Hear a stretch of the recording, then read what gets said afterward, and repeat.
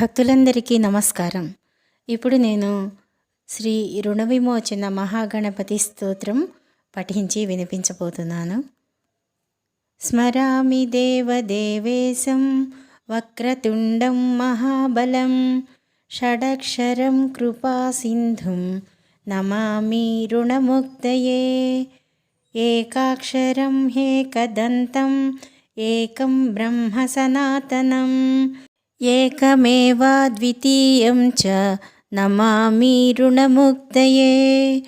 మహాగణపతిం దేవం మహాసత్వం మహాబలం మహావిఘ్నహరం శంభో నమామి రుణముక్తయే. కృష్ణాంబరం కృష్ణవర్ణం కృష్ణగంధానులేపనం కృష్ణసర్పోపవీతం చ నమామి రుణముక్తయే. రక్తాంబరం రక్తవర్ణం రక్తగంధానులేపనం రక్తపుష్పప్రియం దేవం నమామి రుణముక్తయే. పీతాంబరం పీతవర్ణం పీతగంధానులేపనం పీతపుష్పప్రియం దేవం నమామి రుణముక్తయే. ధూమ్రాంబరం ధూమ్రవర్ణం ధూమ్రగంధానులేపనం హోమధూమప్రియం దేవం నమామి రుణముక్తయే.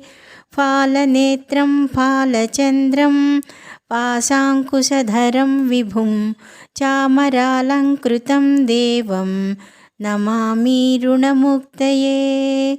ఇదం తృణహరం స్తోత్రం సంధ్యాయం యః పఠేన్నరః షణ్మాసాభ్యంతరేణైవ రుణముక్తో భవిష్యతి. ఇది రుణ విమోచన మహాగణపతి స్తోత్రం.